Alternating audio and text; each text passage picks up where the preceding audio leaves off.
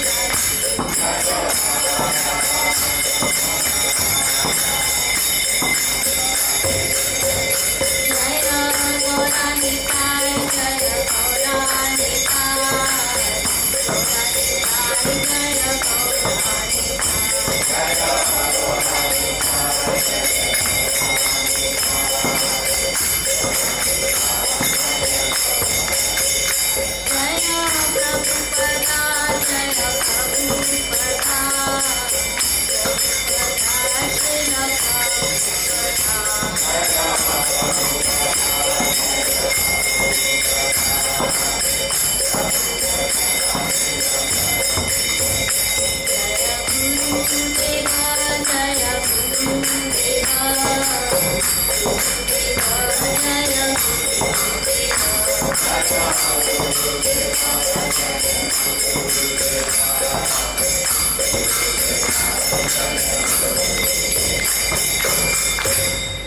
गौर प्रेमानंदे, निताई गौर प्रेमानंदे, निताई गौर प्रेमानंदे।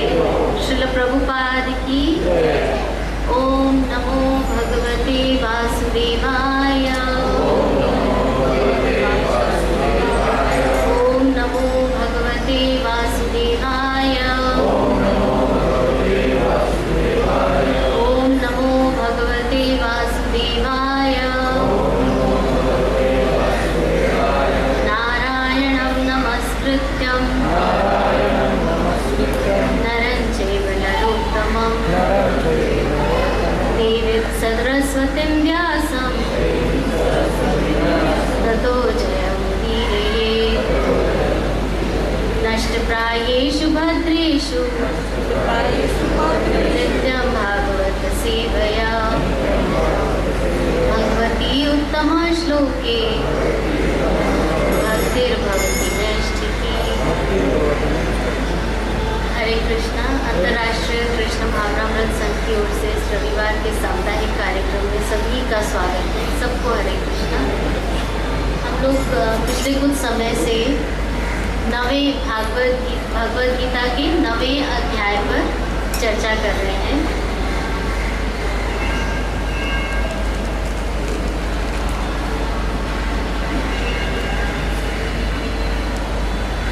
आज हम लोग 25वें श्लोक पर चर्चा करेंगे, लेकिन उससे पहले जैसा कि मैंने पिछले सप्ताह मेंशन किया था कि बड़ा सौभाग्य था कि हमारी एक फ्रेंड है वहाँ पे बॉम्बे चौपाटी टेम्पल में बहुत रेगुलरली क्लासेस लेती है। वो वहाँ पे बहुत बड़ा सेटअप है। बहुत भगवद गीता पे सेल्फ रियलाइजेशन, सेल्फ डिस्कवरी, इनके ऊपर एक वीकली क्लासेस होती हैं और उसके बाद फिर एग्ज़ाम भी होता है।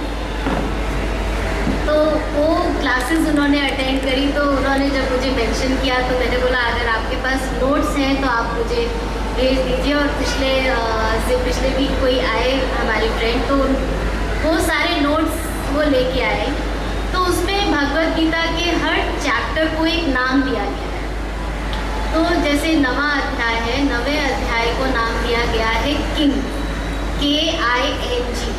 ये जो 4 लेटर्स हैं, क्यों इसको किंग कहा गया है? क्योंकि 9वें अध्याय को जब हमने शुरू किया था तो सबको याद होगा कि 9वें अध्याय का शीर्षक क्या है? राज विद्या, मतलब विद्याओं का राजा। तो अगर हिंदी में राज विद्या है तो इंग्लिश में king, very easy to translate that. तो इसका शीर्षक है राज विद्या, और इसको 4 भागों में इस अध्याय को विभाजित किया गया है, जिसमें कि किंग सारे लेटर्स आते हैं। K for knowledge, I for inconceivable relationship, अर्थात अचिंत्य संबंध जो हमारा भगवान से है। 4 नॉन वर्शिप, किसकी पूजा करनी चाहिए और किसकी नहीं करनी चाहिए, ये भगवान समझाते हैं। और 5वां है भक्ति की महिमा, ग्लोरीज ऑफ भक्ति, KING, नॉलेज, इनकंसीवेबल रिलेशनशिप और नॉन वर्शिप और ग्लोरीज ऑफ भक्ति। चारों में यह जो चैप्टर है इसको डिवाइड किया गया है। तो जिस प्रकार बहुत सुंदर एक्सप्लेनेशन है कि जैसे भगवद गीता में 18 अध्याय, तो बीच में क्या हुआ? 9 आया, राइट। जैसे बताया कि मोती जो है वो हमेशा सीप के अंदर ढका होता है, यानी कि उसके मध्य में होता है। जब राजा निकलता है अपने पूरे एंटोरेज के साथ, तो वो क्या, पीछे कुछ लोग, आगे कुछ लोग, बीच में राजा होता है। इसी प्रकार भगवद गीता में जो 9वां अध्याय है वो राजा है, राज विद्या है। इसी प्रकार समझाया गया है कि इसको इसलिए बीच में रखा है। पहले थोड़ा बताया, फिर ये ज्ञान दिया, और फिर उसका मतलब वो स्पिरिचुअल सैंडविच बनाया भगवान ने कि ऊपर ब्रेड है, नीचे ब्रेड है, और बीच में जो है वो वेजिटेबल्स हैं, फ्रूट्स हैं, कुछ चीज़ है, सब कुछ है। तो वो दिस इज द सैंडविच, क्योंकि ये भगवद गीता का सार है। हम और इसमें जो है भगवत गीता का सार है, आध्यात्मिक ज्ञान का सार है, टोटल सब कुछ इसके अंदर है। अगर यह अध्याय हम पूर्णतया समझ लेते हैं तो बहुत हमारा जो जीवन है वो सफल हो सकता है, प्रोवाइडेड हम उसके ऊपर चलना चाहें या चले। तब सुनने से कुछ नहीं होता है। देखिए, अर्जुन ने भी सुना और धृतराष्ट्र ने भी सुना। जो अर्जुन ने सुना एग्जैक्टली वही धृतराष्ट्र ने सुना। धृतराष्ट्र ने संजय के मुख से सुना और न्यूज़ की तरह सुना, because he wanted to know कि इस बैटलफील्ड में, इस कुरुक्षेत्र में जो युद्ध हो रहा है उसमें क्या चल रहा है। तो उन्होंने उसको न्यूज़ की तरह सुना। लेकिन अर्जुन ने किस तरह सुना? उसको समर्पण भाव से सुना। समर्पण भाव से सुना तो उसको अपने जीवन में उतारा और वो सुखी हो गए। तो ये सुनने के दो तरीके हैं कि एक तो सुना और सुन के भूल दिया, छोड़ दिया, और दूसरा सुना, उसके ऊपर मनन किया, उसके बारे में विचार किया और फिर उसको अपने जीवन में उतारा। तो ये जो तरीके हैं, ये दो तरीके बताए गए हैं सुनने के, कि एक तो न्यूज़ की तरह सुना, आए बैठे सुना, चले गए, भाई सुना है, सत्संग में जाना बड़ा अच्छा होता है, प्रवचन सुनना बड़ा अच्छा होता है। अभी अच्छा तो होता है, नो डाउट अच्छा होता है, लेकिन क्यों अच्छा होता है? क्योंकि उसको जीवन में उतारना चाहिए। तो सबमिसिव भाव से जब अर्जुन ने सुना तो क्या हुआ? अर्जुन ने फिर उसको अपने जीवन में उतारा और उनका जीवन सफल हुआ। तो अब नॉलेज, 1 से जो 3 अध्याय है उसमें नॉलेज है। भगवान कहते हैं अब मैं गुह्यतम ज्ञान विज्ञान सहित, मतलब लॉजिक के साथ। ऐसा नहीं है इलॉजिकली बस ऐसा करना है, ऐसा करना है, ऐसा करो। क्यों करना है? ये प्रश्न हमेशा हमारे मन में आता है कि इसको क्यों करना है, कैसे करना है। तो पहले जो 3 श्लोक हैं इसमें गुह्यतम ज्ञान विज्ञान सहितम भगवान बताते हैं। तो उसमें क्या है? इसमें इसको समझने के लिए हमें भगवान से प्रेम करना पड़ेगा, सबमिसिव होना पड़ेगा, उनके ऊपर भरोसा करना पड़ेगा कि जो वो हमको बता रहे हैं वो हमारी भलाई के लिए है और उसको फिर हम अपने जीवन में उतारें। सत्संग में अगर जाते हैं और जो वक्ता हैं या जो भी कह रहे हैं कुछ भी, अगर वो अपने हिसाब से कि मेरी पूजा करो, मुझे ऐसा करो, मुझे ये करो, तो फिर कुछ फ़ायदा नहीं है। लेकिन यहाँ पे भगवान स्वयं वो अर्जुन को समझा रहे हैं, बता भी क्या रहे हैं, वो समझा रहे हैं, पूरे लॉजिक के साथ समझा रहे हैं कि इस वजह से मैं तेरे से ऐसा करने को कहता हूँ। और फिर कि शास्त्रों का ज्ञान जो है ना वो हमारे फ्रेंड की तरह है। सपोज मेरे पास, हम सबके पास, किसी के पास भी बहुत धन है। अब धन जो है वो हम उल्टी सीधी चीज़ों में लुटाना चाह रहे हैं। तो अगर हमारा कोई हितैषी होगा या हमारा कोई ट्रू फ्रेंड होगा तो वो हमको रोकेगा, हमसे बोलेगा कि नहीं ये तुम गलत कर रहे हो। तो ये किस धन का है? हम यहाँ चर्चा हो रही है ये शरीर धन जो हमको भौतिक शरीर मिला हुआ है। तो भगवान हमको ये ज्ञान दे के क्या बोल रहे हैं? इस भौतिक शरीर का सदुपयोग कैसे करना है, उस चीज़ का ज्ञान हमको भगवान यहाँ पे दे रहे हैं। फिर इनकंसीवेबल रिलेशनशिप्स, यानी कि अचिंत्य संबंध, क्योंकि हम लोगों को भगवान से, हम लोग का सबका नित्य संबंध है, लेकिन हम अपने संबंध को भूल गए। तो भगवान उसको रीएस्टैब्लिश करते हैं, बताते हैं कि तुम लोग सब मेरे पार्ट एंड पार्सल हो, मैं ही तुम्हारा माता हूँ, मैं ही तुम्हारा पिता हूँ, मैं ही तुम्हें जन्म देने वाला हूँ, मैं ही तुम्हारा पोषण करने वाला हूँ। तो इसलिए वो जो रिलेशनशिप है इनकंसीवेबल, जिसको हम सोच भी नहीं सकते हैं अपनी सीमित बुद्धि से, वो यहाँ पे भगवान हमको उसके विषय में बताते हैं, जो कि 4 श्लोक से और 10वें श्लोक तक है। अगर आप लोग वापस जाकर घर एक बार भगवद गीता पढ़ेंगे तो आप लोग पाएंगे कि ये सब एग्जैक्टली इसी तरह है, बहुत ही सुंदर इसका वर्णन है। फिर नॉन वर्शिप, उपासना न करना, किसकी उपासना करनी चाहिए और क्यों करनी चाहिए, ये सब भगवान बताते हैं, और किसकी उपासना नहीं करनी चाहिए। क्योंकि हम लोगों का नित्य संबंध भगवान पहले बताते हैं कि भगवान के साथ है, इसलिए नित्य संबंध को स्थापित करने के लिए नित्य के साथ ही हमें जोड़ना पड़ेगा। अगर हम लोग और कोई पूजा करते हैं, देवी देवताओं की उपासना करते हैं या सब कुछ करते हैं, उससे हमें टेम्परेरी रिजल्ट मिलते हैं जो कि ऑब्वियसली परमानेंट नहीं है। टेम्परेरी है तो परमानेंट नहीं है, सिंपल। तो उसके हिसाब से फिर हम लोगों को अपना जो संबंध है उसके बारे में भगवान याद दिला रहे हैं कि हमारा जो संबंध है वो भगवान के साथ नित्य है। तो हमको उस नित्य के साथ संबंध जोड़ने की पूरी कोशिश करनी चाहिए। जब बच्चे घर से दूर चले जाते हैं तो माँ बाप क्या करते हैं, उनको किसी भी तरह वापस घर बुलाने की कोशिश करते हैं। उनको कहते हैं बेटा अभी घर वापस आ जाओ, हमको बड़ी खुशी मिलेगी। इसीलिए भगवान भी हमको ये सब बताते हैं कि ये तुम्हारे वापस आने का मेरे पास मार्ग है, इसको तुम अपने जीवन में अपनाओ और वापस मेरे पास आओ। अपना नित्य शरीर, अभी ये जीना मरना जन्म मृत्यु जरा व्याधि से निकल के और मेरे पास आओ, इसके लिए भगवान हमको अपनी जो हमारा संबंध है उसको वापस स्थापित करने के लिए हमको सब समझाते हैं। अब तीसरा क्या है, भक्ति की महिमा। यहाँ तक हम लोग अभी पहुँचे नहीं हैं। ये श्लोक 26 से लेकर 34 तक है। इन श्लोकों में भगवान अपने व्यक्तिगत रूप को उच्चतम स्थापित करते हैं। जिस प्रकार भौतिक जगत में भी अच्छे स्कूल कॉलेज में जाने के लिए क्या चाहिए, अच्छे ग्रेड्स चाहिए। अच्छे स्कूल कॉलेज में एडमिशन के लिए हमको क्या चाहिए, अच्छे ग्रेड्स चाहिए, अच्छे मार्क्स आते हैं। तो दिल्ली में और इंडिया में तो बड़ा फैशन है, 99% कट ऑफ है कॉलेजेस का। जो अच्छे कॉलेजेस हैं 99% कट ऑफ है, मतलब 1% कहीं कमी है, लेकिन 99% वो उस कॉलेज के योग्य है। तो हमको भी उसी हिसाब से अपने को योग्य बनाना है भगवान के पास जाने के लिए। अगर हमें किसी अच्छी लोकेलिटी में बड़ा घर खरीदना है तो उसके लिए कम धनराशि की आवश्यकता है, ज़्यादा की आवश्यकता है। इसी प्रकार भगवान की भक्ति में लगने के लिए हमको भगवान की ज़्यादा सेवा करने की, भगवान का ज़्यादा कहना मानने की आवश्यकता है।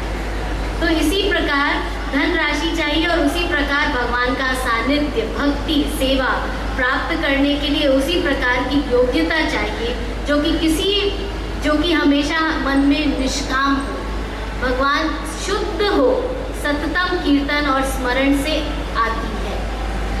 7वें अध्याय में अभी हम लोग जो आज श्लोक ले रहे हैं वहाँ तक अभी पहुँचे नहीं हैं, लेकिन 7वें अध्याय में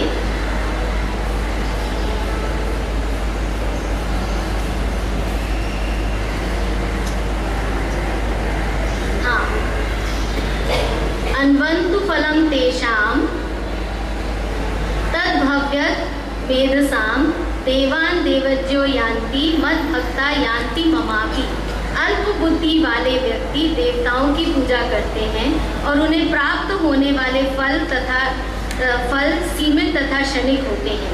देवताओं की पूजा करने वाले देवलोक को जाते हैं, किंतु मेरे भक्त अंततः मेरे परम धाम को प्राप्त होते हैं। और आज का जो श्लोक है, अब उस पे भी उसको पढ़ लेते हैं, लेकिन उससे फिर ये सब क्लियर हो जाएगा। आज जो हम लोग श्लोक ले रहे हैं वो है 9वें अध्याय का 25वां श्लोक, जिसमें कि इन नॉन वर्शिप के बारे में भगवान बता रहे हैं। यान्ति देवव्रता देवान् प्रता यान्ति पितृव्रता भूतानि यान्ति भूतेज्या यान्ति मध्या जिनोऽपि माम। इसका भावार्थ है, जो देवताओं की पूजा करते हैं वे देवताओं के बीच जन्म लेंगे, जो पितरों को पूजते हैं वे पितरों के पास जाते हैं, जो भूत प्रेतों की उपासना करते हैं वे उन्हीं के बीच जन्म लेते हैं, और जो मेरी पूजा करते हैं वे मेरे साथ निवास करते हैं, मतलब भगवान के साथ रहते हैं। अब इसके बारे में ये बाकी के श्लोक जो हैं चर्चा करते हैं। पहले मंगलाचरण कर लेते हैं। ओम अज्ञानतिमिरन्धस्य ज्ञानाञ्जनशलाकया चक्षुरुन्मिलितं येन तस्मै श्रीगुरुवे नमः। श्रीचैतन्यमनोभीष्टं स्थापितं येन भूतले स्वयं रूप कदा मह्यं ददाति स्वपदान्तिकं। वन्देऽहं श्रीगुरु श्रीयुतपदकमलं श्रीगुरून् वैष्णवांश्च श्रीरूप पूर्वं साग्रजातं सगणरघुनाथन्वितं तं सजीवं साधुवैतं सावधूतं परिजनसहितं कृष्णचैतन्यदेवं श्रीराधाकृष्णपादान् सगणललिता श्रीविशाखान्वितांश्च हे कृष्णा करुणा सिन्धु दीनबन्धु जगत्पते गोपेश गोपिकान्त राधाकान्त नमोऽस्तुते तप्त काञ्चन गौराङ्गी राधे वृन्दावनेश्वरी वृषभानुसुते देवी प्रणमामि हरिप्रिये वाञ्छाकल्पतरुर्भयश्च कृपा सिन्धुभैव च पतितानां पावनेभ्यो वैष्णवेभ्यो नमो नमः। जय श्री कृष्ण चैतन्य नित्यानंद श्री अद्वैत गदाधर श्रीवासादि श्री गौर भक्तवृंद। हरे कृष्णा कृष्णा कृष्णा हरे हरे हरे राम राम राम हरे हरे हरे कृष्णा कृष्णा कृष्णा हरे हरे हरे राम राम राम हरे हरे हरे कृष्णा कृष्णा कृष्णा हरे हरे हरे राम राम राम हरे हरे। नमो विष्णुपादाय कृष्णपृष्ठाय भूतले श्रीमते भक्तिवेदांत स्वामिनिधि नामिने नमस्ते सरस्वती देवे गौरवाणी प्रचारिणे निर्विशेष शून्यवादी पाश्चात्य देशकारिणे। हरे कृष्णा। श्रील प्रभुपाद की। तो इसका जो 25वें श्लोक का अर्थ है उसको एक बार दोबारा पढ़ना चाहती हूँ। जो देवताओं की पूजा करते हैं वे देवताओं के बीच जन्म लेते हैं। जो पितरों को पूजते हैं वे पितरों के पास जाते हैं। जो भूत प्रेतों की उपासना करते हैं वे उन्हीं के बीच जन्म लेते हैं। और जो मेरी पूजा करते हैं वे मेरे साथ निवास करते हैं। तो और अभी हमने जो इसके पहले 7वें अध्याय का 23वां श्लोक पढ़ा। उसमें क्या बोल रहे हैं भगवान? अल्प बुद्धि वाले व्यक्ति देवताओं की पूजा करते हैं और उन्हें प्राप्त होने वाले फल सीमित तथा क्षणिक होते हैं। देवताओं की पूजा करने वाले देवलोक को जाते हैं किंतु मेरे भक्त अंततः मेरे परम धाम को प्राप्त होते हैं। देखिए भगवान ना एक ही बात को बहुत बार रिपीट करते हैं डिफरेंट तरीके से हमको समझाने के लिए कि एक बार नहीं समझ आएगा उसके दूसरे अध्याय में लेते हैं, तीसरे अध्याय में लेते हैं, हर अध्याय में लेते हैं। अब फिर क्या है कि भगवान यहाँ कह रहे हैं क्षणिक और सीमित होते हैं, मतलब परमानेंट नहीं है, टेम्परेरी है, थोड़े समय के लिए है लेकिन परमानेंट नहीं है। लेकिन जो अंततः मेरे परम धाम को प्राप्त करते हैं फिर वो वहाँ पे हमेशा सब कुछ होता है। वहाँ पे कुछ भी टेम्परेरी नहीं है, ये शरीर भी टेम्परेरी नहीं है, सुख भी टेम्परेरी नहीं है, वहाँ परमानेंट है। Everything is permanent, nothing is temporary. कुछ भी ऐसा नहीं है कि आया और चला गया ना, एक पल में सुखी है एक पल में दुखी है, नहीं, वहाँ सिर्फ आनंद ही आनंद है, सुखी सुख है और कुछ भी नहीं है। फिर 8वें अध्याय में भगवान कहते हैं 8वें अध्याय का 14वां श्लोक है जिसमें भगवान कहते हैं हे अर्जुन, जो अनन्य भाव से निरंतर मेरा स्मरण करता है उसके लिए मैं सुलभ हूँ क्योंकि वह मेरी भक्ति में प्रवृत्त रहता है। अब भगवान ने यहाँ मार्ग बताया है, भगवान ने आगे भी बताया है मद मरा मद भक्तो मध्याजी माम नमस्कुरु। भगवान ने कितनी बार बताया है कि मेरी पूजा करो जिससे कि तुम परमानेंटली खुश हो जाओ, परमानेंटली आनंद पाओ, परमानेंट शरीर पाओ। कहाँ इस जरा व्याधि जन्म मृत्यु के चक्कर में पड़े हुए हो? नहीं, इसमें से निकलो। भगवान चाहते हैं कि हम सब निकलें क्योंकि हम लोग कभी भी नहीं चाहते कि हमारा कोई बच्चा हो, जरा सा उसको दुख होता है तो माता पिता को कितनी तकलीफ होती है। तो भगवान हमको यहाँ पे दुख पाता हुआ देखकर खुश नहीं होते, इसीलिए हमको बार बार समझाते हैं कि किसी भी तरह कोई मार्ग अपनाओ और मेरे पास आओ। फिर भगवान ने क्या बोला? हे अर्जुन, जो अनन्य भाव से निरंतर मेरा स्मरण करता है उसके लिए मैं सुलभ हूँ क्योंकि वह मेरी भक्ति में प्रवृत्त रहता है। प्रवृत्त रहता है मतलब नित्य प्रति लगा रहता है, भरोसे के साथ लगा रहता है। ऐसा नहीं है आज किया आज मन नहीं। जब हमको प्रेम होता है तो किसी भी स्थिति में प्रेम होता है। फिर ऐसे प्रेम नहीं होता है कि आज प्रेम है कल नहीं है, परसों थोड़ा है, अरे आज तो बहुत बढ़ गया ना, ऐसा नहीं होता है। फिर वो परमानेंट होता है, हमेशा बढ़ता ही है। और यहाँ किसके साथ प्रेम है? भगवान के साथ प्रेम है। तो भगवान के साथ तो प्रेम बढ़ेगा ही अगर प्रेम प्रारंभ करेंगे, क्योंकि फिर वो टू वे रास्ता हो जाता है। भगवान कहते हैं तुम मेरे पास थोड़ा सा आओगे मैं तुम्हारी हेल्प कर दूंगा। कहते हैं ना भगवान, उसमें पहले इससे पहले वाले श्लोक में बोला था ना कि जो तुम्हारे पास है योगक्षेमम वहाम्यहम्, जो है उसकी रक्षा करूंगा और जो नहीं है वो दूंगा। सब कुछ भगवान करने के लिए तैयार है, लेकिन हम ही तैयार नहीं है। प्रॉब्लम कहाँ है? हमारे अंदर। भगवान में कुछ प्रॉब्लम नहीं है। फिर भगवान कहते हैं मुझे प्राप्त करके महापुरुष जो भक्ति योगी है कभी भी दुखों से पूर्ण तथा इस अनित्य जगत में नहीं लौटते, क्योंकि उन्हें परम सिद्धि प्राप्त हो चुकी है। अब हमको डिसाइड करना है कि हमें कहाँ जाना है। दुखालयम में रहना है। ये श्लोक वही है, मामुपेत्य पुनर्जन्म दुखालयम अशाश्वतम नाप्नुवन्ति महात्मना संसिद्धिम परमामृता। मुझे प्राप्त करके महापुरुष जो भक्ति योगी है कभी भी दुखों से पूर्ण इस अनित्य जगत में नहीं लौटते, क्योंकि उन्हें परम सिद्धि प्राप्त हो चुकी है। क्योंकि एक बार जब भगवान के पास पहुंच गए तो फिर हम गोलोक में पहुंच गए। गोलोक नाम भी निज धाम भी तले तस्या। जब सबसे ऊपर पहुंच गए तो फिर भगवान वहाँ पे पकड़ के रखते हैं और हम भगवान को पकड़ के रखते हैं, तो नीचे गिरने का कोई स्कोप नहीं होता है, क्योंकि सबसे टॉप पे पहुंच गए। भौतिक जगत में क्या होता है, देखा गया है कि अमीर से अमीर आदमी भी बेचारा एकदम गरीब हो जाता है। नॉलेज, कभी कभी मेमोरी लॉस हो जाती है। कितनी भी भौतिक नॉलेज हम गेन करते हैं, सारी नॉलेज खत्म हो जाती है। कुछ भी हो सकता है भौतिक जगत में, क्योंकि यहाँ पे तो कुछ परमानेंट है ही नहीं। इसलिए भगवान कहते हैं दुखालम में क्यों आना है, क्यों जाना चाहते हो जन्म मृत्यु जरा व्याधि के चक्कर में? नहीं, इससे निकलो। इसीलिए भगवान ने समझाया है कि नहीं, इससे निकलो। और कैसे निकलो? सततम कीर्तयन्तो मां।